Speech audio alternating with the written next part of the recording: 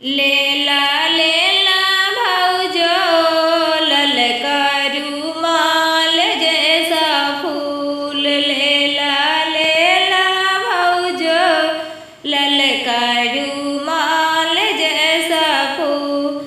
ना हो देवार घरवा में सास मोर देखे।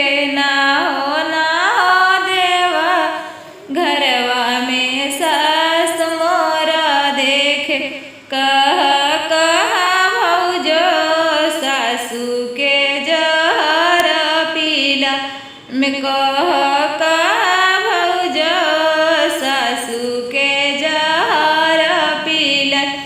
ना हो देवार घरवा के शोभा भागल जा। ना हो देवार घरवा के शोभा भागल जा।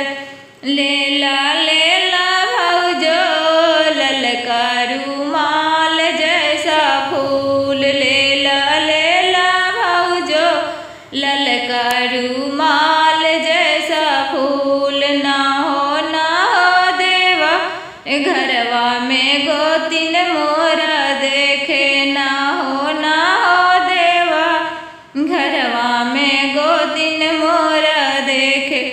कह भाउजो गोतिन के अलग करायम। कह भाउजो गोतिन के अलग करायम। ना हो देवार दुअरा के शोभा भागल जा। ना हो देवार दुअरा के शोभा भागल जा।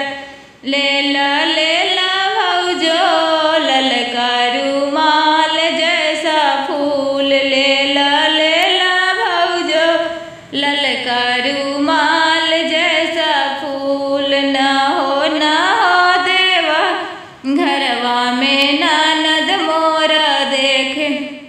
ना हो देवा घरवा में ननद मोरा देखे।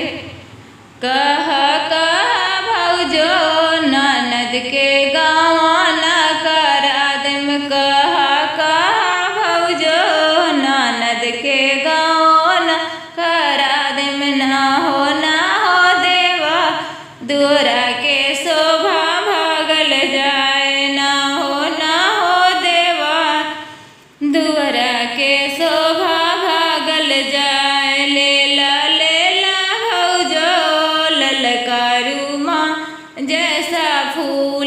लेला भाउजो ललका